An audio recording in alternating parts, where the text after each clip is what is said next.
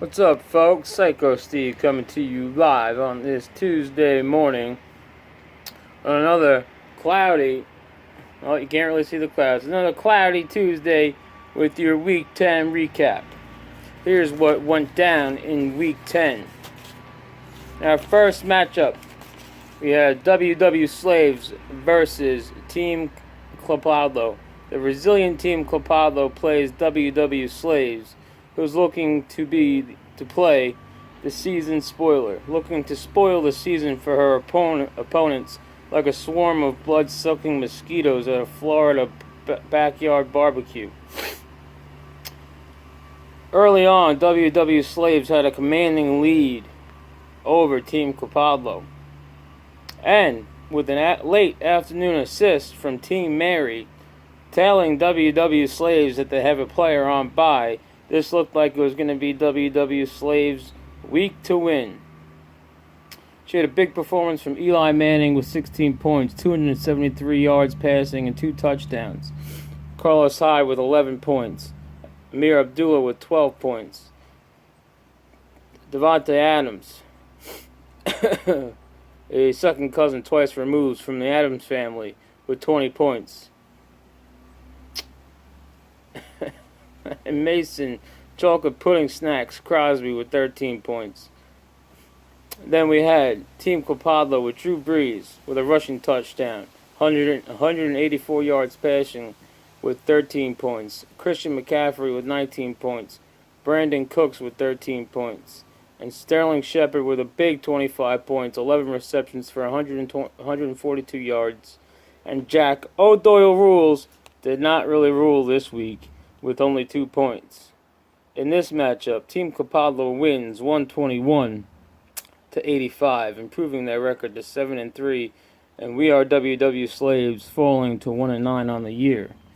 In our second matchup, we had Team Pagan coming in at 3-6 versus Cleats and Cleavage.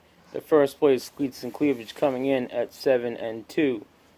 And we were looking for some funky stuff with Team Pagan giving her daughter some wins, and we'll see if that happened again this week. For Cleats and Cleavage, she had a good game at a Russell Wilson with 18 points, 238 passing yards, and 2 touchdowns. Todd Gurley with 18 points. Alvin Kamara with 24 points. Demaryius Thomas with 5 receptions, 44 yards, a touchdown, and 15 points. DeAndre Hannibal Lecter Hopkins with 7 receptions, 111 yards for 18 points. And Robert fucking Woods with a big 30 burger, 37 points, 8 receptions, 171 yards, and 2 touchdowns. This was a huge week for Cleats and Cleavage. Moving on to Team Pagan, with Matthew Stafford passing for 249 yards, 3 touchdowns, and an interception with 20 points. Duke Johnson Jr. with 14 points. Golden Tate, 21 points, 6 receptions for 97 yards and a touchdown. And Stephon Diggs with 17 points, completing 4 receptions for 78 yards and a touchdown. But this leaves me digging for answers, because Team Pagan had another questionable performance, leaving 77 points on the bench, giving way for Cleats and Cleavage to win this matchup, 172-95, with Cleats and Cleavage improving their immaculate record to 8-2, taking over sole purpose of first place, and Team Pagan sadly falling to 4-6 on the year. Who's going to be the one to take down Cleats and Cleavage? With our next matchup, a matchup we'd all been waiting for this whole year. Team Mary versus Team Lemp. The winless Team Mary versus Team Lemp. It was not looking good for Team Mary, because, let's just face it, she has been winning. She's had bad luck. Team Lemp came out with a huge performance from Adam Thielen with 30 points, 8 receptions, 166 yards, and a touchdown. Tyrod Taylor, unfortunately, Tyrod Can't Tie My Shoes Taylor only scored 2 points this week. Julio Jones couldn't find the end zone with 6 receptions for 57 yards and 11 points. and Martavis Bryant only scoring 11 points. This gave way to Team Mary, and I'm not going to go into her stats, because just the amount that she was gloating, the change of attitude from I'm not playing again next year to I'm doing things completely different next year to why do I listen to you when it comes to players that I need to pick? I feel so much better when I don't listen to you. So I'm not going to go into her scoring details, but I'm just going to congratulate Team Mary to her well-deserved first win of the year, putting up the highest point total this week.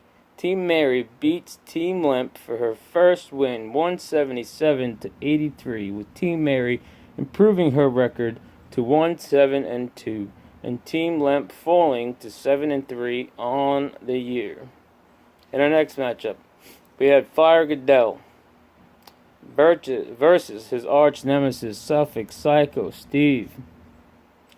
From Sunday at 1 o'clock, it looked like Fire Goodell was fucked. Suffolk Psycho Steve was poised to light up the scoreboard, looking to move to 5-5 and a 500 record on the year. Psycho Steve came in at 4-5, and Fire Goodell came in at 6-3, with Fire Goodell slipping somewhat coming up to this matchup. Suffolk Psycho Steve had huge performances from Jarek McKinnon with 6 points. Frank fucking Gore, 6 points. Rob, I always get fucking hurt, Kelly, with 3 points. Ted Ginn Jr. with a big 1. Tyler Croft, another 1. Jordan fucking Matthews, why the fuck did I pick him up, with 2 points. Fire Goodell was smacking Suffolk Psycho Steve like babies at their christening, with Dak Prescott putting up 13 points. Isaiah Crowell, 16 points. Michael Thomas, 20 points. Marquise Goodwin with 16 points. And Rob the Glassjaw Gronkowski putting up 11. This was a win for Fire Goodell, 111-88, improving his record to 7-3. And Suffolk Psycho Steve unfortunately falling to 4-6 on the year. In our next matchup, we had the high-flying L.I. Golden Taint versus the Redwood Forest in Travis the Tree Trunk. We had L.I. Golden Taint, who picked up Giovanni fucking Bernard. He's like the town bicycle. Everybody gets a ride, putting up 9 points. Cooper, 2 girls in 1 cup, puts up 10 points. Will Fuller, missing Deshaun Watson like the Seaver family from Homeward Bound, missing Chance and Shadow, only put up 3 points. And the Juju B, Punky Brewster Smith-Schuster with 5 receptions, 97 yards, and a touchdown for 20 points. And Jacquees Lee putting up 6 receptions, 55 yards, and a touchdown for 19 points. And Cam Newton, the woman disrespecter, put up 35 points in a Monday night showdown with 4 touchdowns. This looked to be enough to take down Travis the Tree Trunk, but L.I. Golden Taint was missing yet another woman disrespecter. The woman beater, Ezekiel Elliott, has finally been suspended, and this gave way to Travis the Tree Trunk with Blake Bortles with 15 points, Orleans Darkwa 12, Latavius Murray with 12 points, Doug Baldwin with 14 points, Larry Fitzgerald with 21, and Evan Ingram with 15 points. This was enough to take down the high-flying L.I. Golden Taint. Travis Tree Trunk comes out on top, improving his record to 4-5-1. The score was 121-115. A real close matchup, but L.I. Golden Taint falls to 6-4 on the year.